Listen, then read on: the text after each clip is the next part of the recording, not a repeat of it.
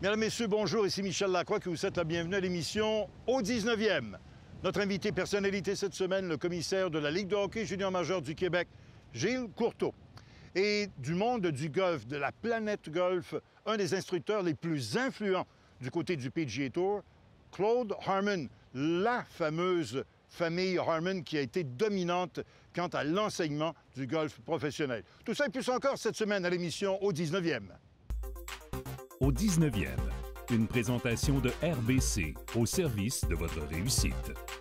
En collaboration avec Mulligan Centre du Golf pour un nouvel élan.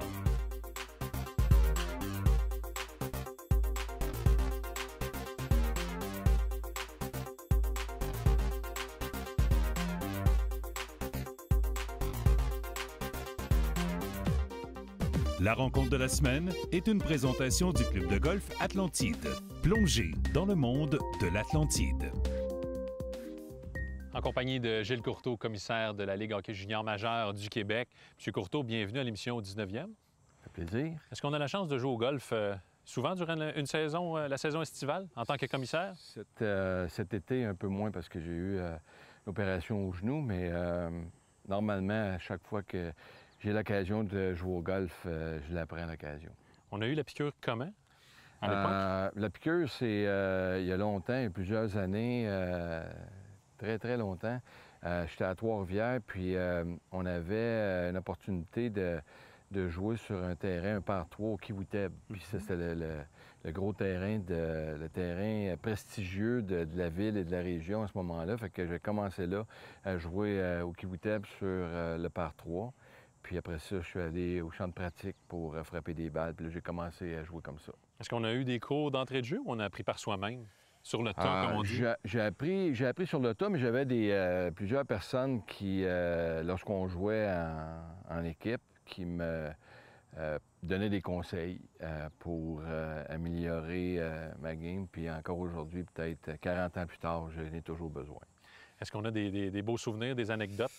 Des beaux souvenirs. Je pense qu'au départ à Trois-Rivières, lorsqu'il y avait le tournoi Michel Bergeron, c'était des beaux souvenirs que j'ai. Il y avait beaucoup de golfeurs, il y avait beaucoup d'intensité, parce qu'il y avait quelques petites gageurs qui se prenaient à ce moment-là. Fait que c'était un tournoi de golf où dès que les gens arrivaient sur leur tour respectif, le sourire disparaissait et il revenait seulement quand les gens se faisaient payer à la fin de la ronde et pendant le souper. Mais c'était des beaux moments à Trois-Rivières, au club de golf Kiwiteb. Puis après ça, j'ai eu d'autres opportunités de prendre part à des tournois. Mais c'est là que j'ai commencé à jouer au golf régulièrement.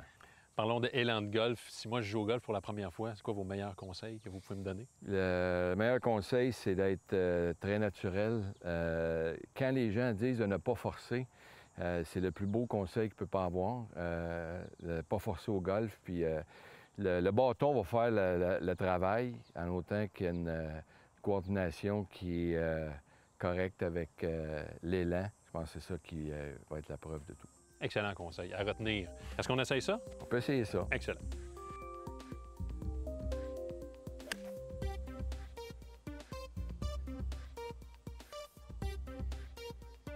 De grâce et d'élégance. Super bon. Merci pour votre passage à l'émission. Bonne saison. Merci. Voici notre question piège cette semaine. Portez bien attention, pas nécessairement facile. Au début de la saison 2018-2019, combien de victoires séparaient Tiger Woods et Phil Mickelson? Est-ce que c'est A, 37, B, 27 ou C, 17? Je vous laisse le temps de fouiller et je vous reviens avec la réponse dans quelques instants.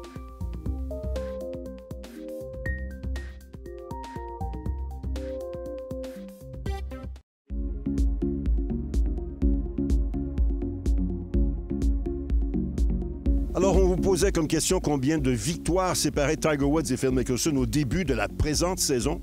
La réponse, c'est quand même assez extraordinaire. 37 victoires de plus de la part de Tiger Woods comparativement au gaucher qui connaît malgré tout une carrière vraiment exceptionnelle sur le circuit PGA Tour.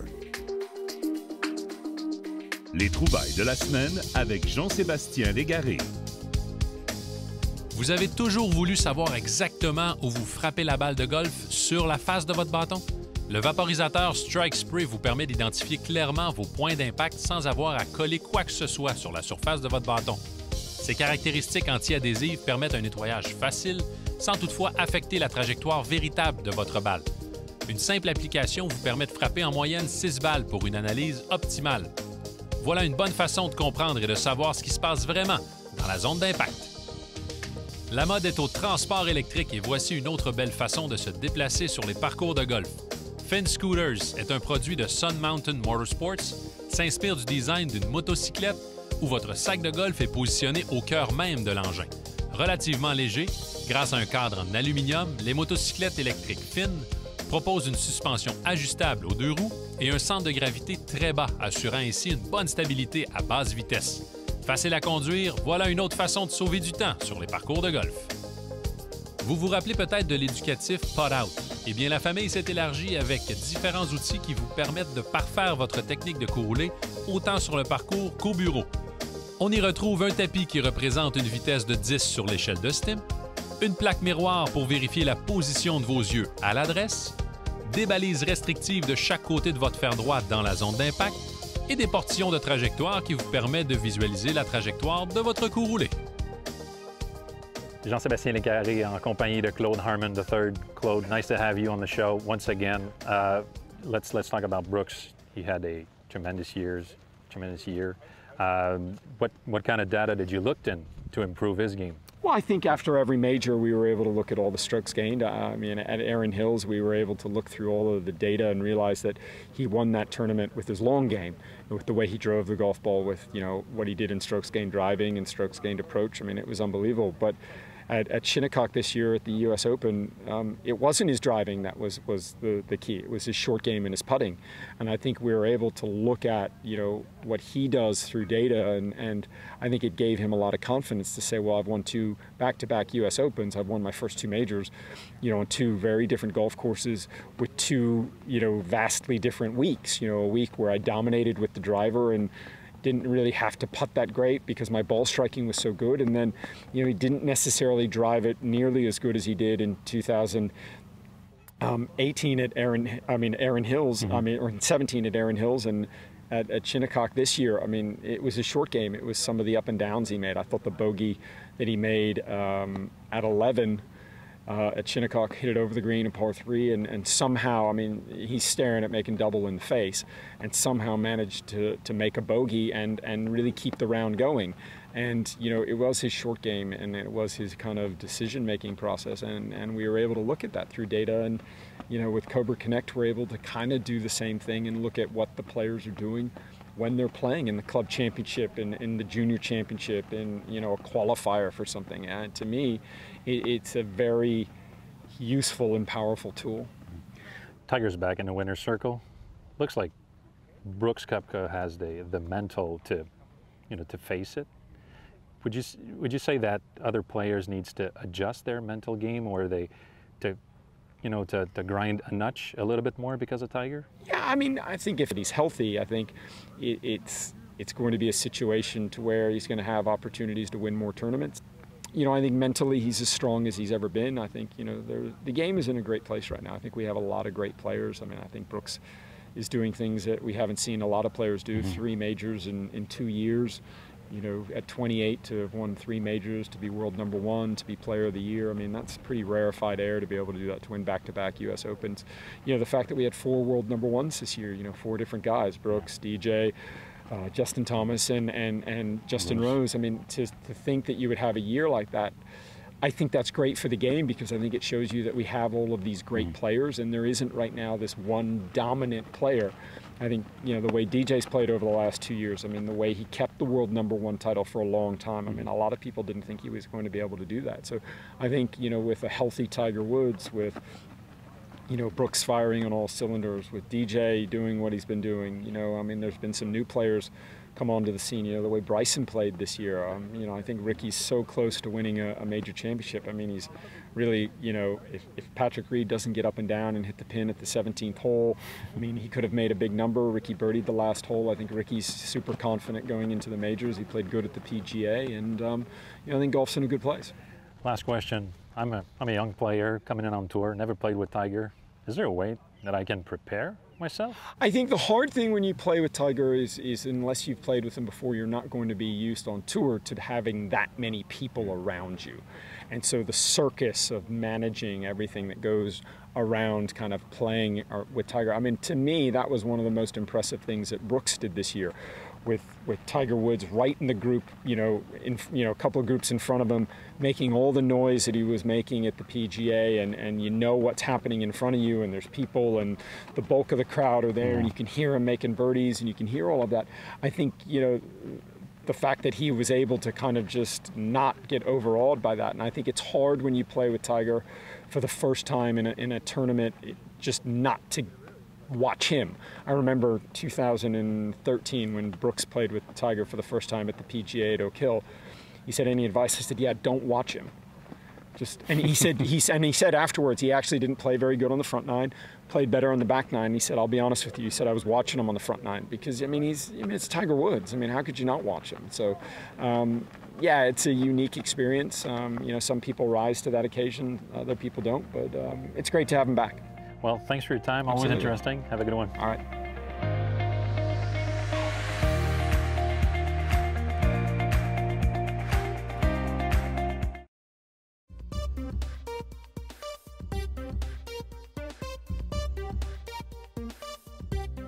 Ce conseil de golf est une présentation de TaylorMade et sa nouvelle technologie Twist Face injectée. La fameuse frappe de balle du bois d'allée lors d'un deuxième coup sur un par 5, c'est rarement concluant. Pourtant, c'est si beau voir l'envolée de la balle se diriger vers la cible.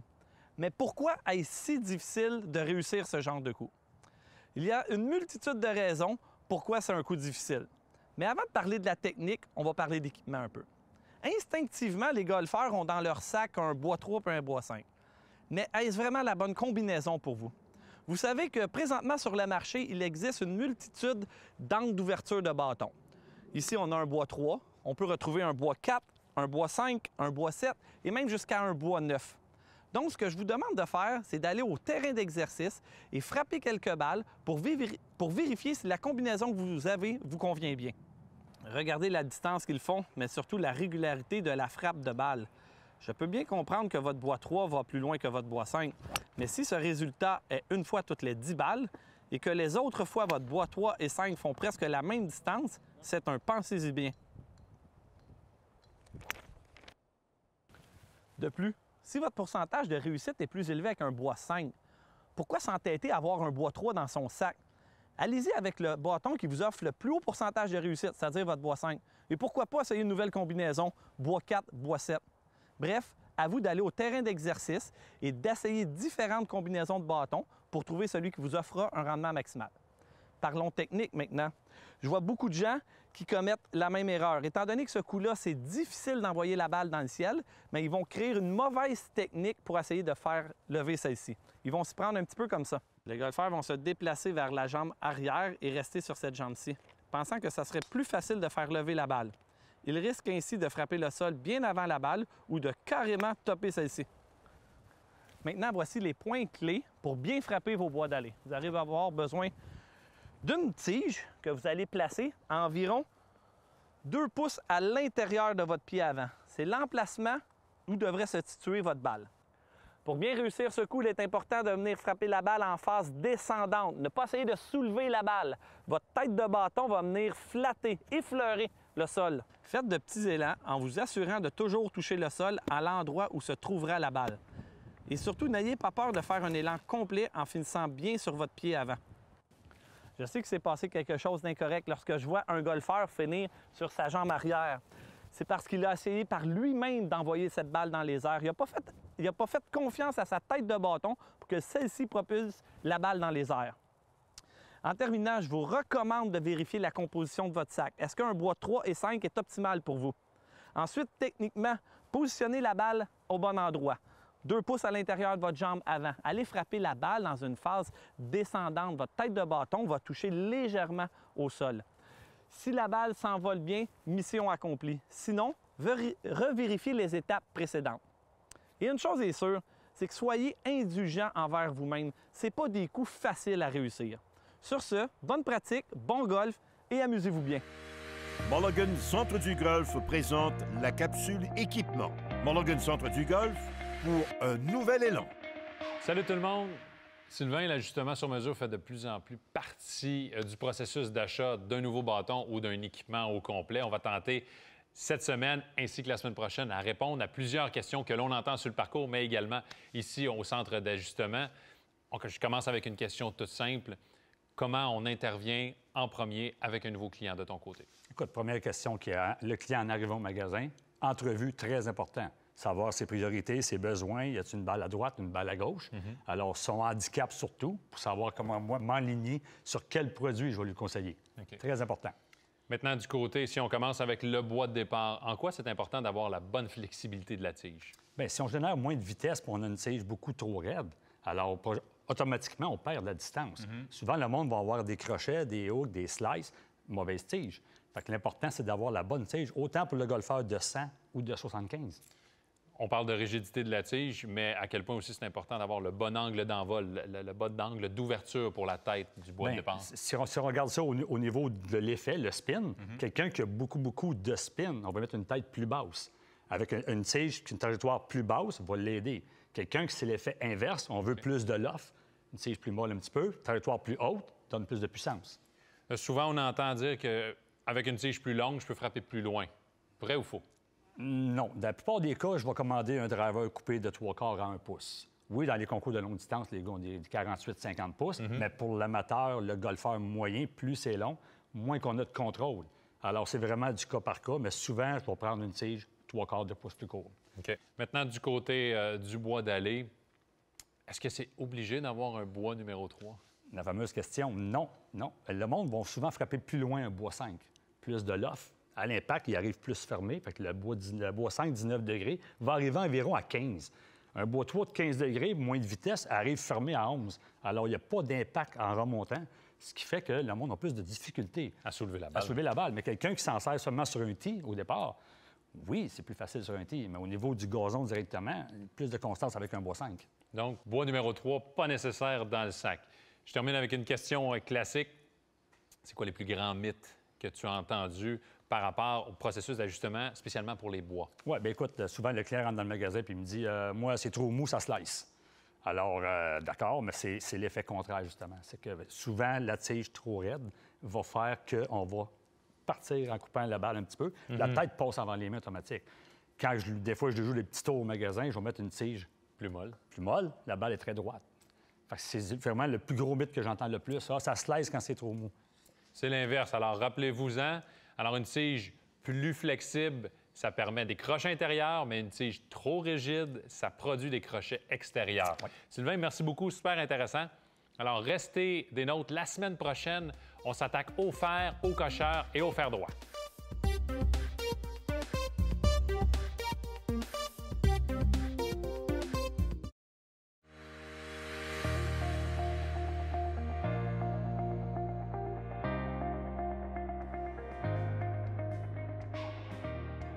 En compagnie de Tristan Wild, le directeur général ici à Mystic Pines, qui est un parcours situé sur la rive sud de Montréal. Qu'est-ce qu'on peut dire à propos de l'histoire de Mystic Pines? So the history of the club, it was started by two local owners from Kahnawake, Eugene Jacobs and Ryan McCumber. Their dream was to create an accessible golf course in great condition, as you can see, also with a chalet and a top restaurant for everybody to enjoy, not only from town, but all over from Montreal. So this is their dream, and it's slowly becoming a reality. Parle-nous du terrain comme tel. Ça a été dessiné par qui au départ? So the course was designed by Graham Cook. He was part of the foundation, so design, and he was also there to help when they were laying down the grass. You'll see the fairway is a bent grass and Kentucky blue in the rough. On s'aperçoit qu'il y a des plans d'eau qui sont un peu cachés quand on est près sur le top de départ. So my favorite part about the course is that it's really nature. It's brought out naturally, and all the hazards are there. We don't have to go out and make it more difficult for the golfers. Just the way it was built is difficult enough. Quels sont les plans maintenant pour le terrain? Est-ce qu'il y a une possibilité que ça devienne un 18 trous? We get asked the question a lot. The plan is there for the back nine. We don't have a set date for the back nine just yet. But as you can see, a year ago, we were out of a trailer from the pro shop. A year later, we have a full restaurant and a pro shop as well. Si on parlait maintenant des conditions sur le terrain, à quoi ressemblent les verts? Ils sont rapides? Ils sont ondulés? So generally, our greens were known for our speed. We like to make it as challenging as possible for all golfers.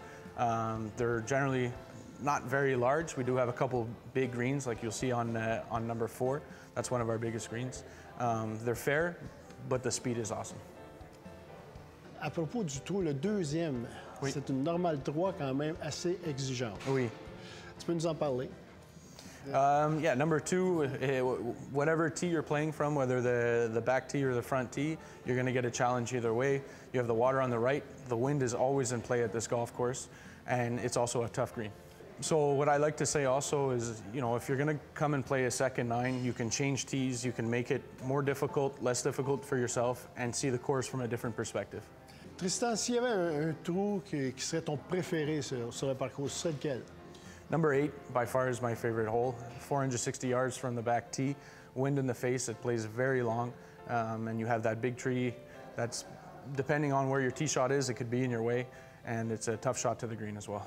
Quand on parle de coups difficiles à réaliser, le deuxième coup à réaliser sur la normale 4 du 5e trou, celle-là est quelque chose aussi. So number 5, you have to plan, you can hit driver and try and carry that dog leg, or you're placing your shot in the fairway and you have a long approach shot to the green. So you have to think. Qu'est-ce qui ferait que si je suis à la recherche d'une partie de golf, je viendrais ici plutôt qu'ailleurs? What's beautiful is the proximity. We are from Montreal and Rive-Sud as well. You won't find a course in this type of condition that also offers a restaurant at this high-end food that we offer.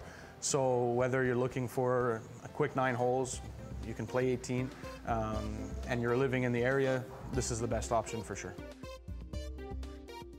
Voilà donc des propos très intéressants de la part de Claude Harmon, je le rappelle, un des meilleurs professeurs de la planète golf.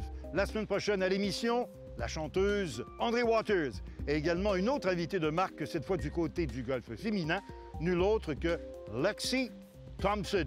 On se retrouve la semaine prochaine à l'émission au 19e, là où on entend évidemment les meilleures histoires de golf. Au 19e vous a été présenté par RBC, au service de votre réussite. En collaboration avec Mulligan Centre du Golf, pour un nouvel élan.